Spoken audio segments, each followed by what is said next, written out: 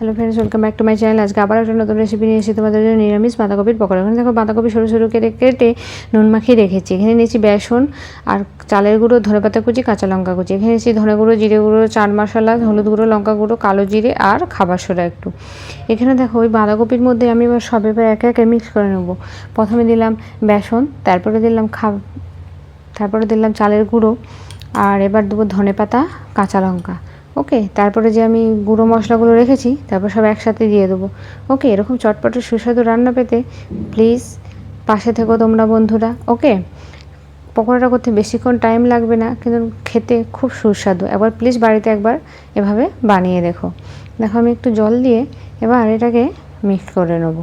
ওকে, তো ফ্রেন্ডস দেখো খুব সুন্দরভাবে মিক্স হয়ে গেছে কিন্তু। ওকে, এটাকে আমি 5 মিনিট ঢাকা দিয়ে রেখে দেবো।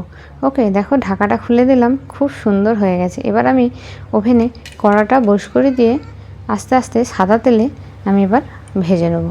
দেখো কড়াটা আমি বস করে দিয়েছিলাম, সাদা তেল দিয়ে দিয়েছি। এবার আস্তে আস্তে আমি এটাকে ভেজে নেবো। ওকে,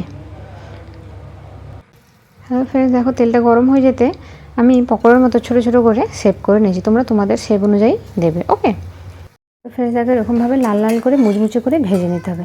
প্লিজ বাড়িতে একবার এভাবে বানিও। ফ্রেন্ডস দেখো আমার কিন্তু পকোড়াটা হয়ে গেছে, আমি সার্ভ করে দিয়েছি। এরকম চটপটে সুস্বাদু রান্না পেতে প্লিজ তোমরা পাশে দেখো। ওকে, ধন্যবাদ।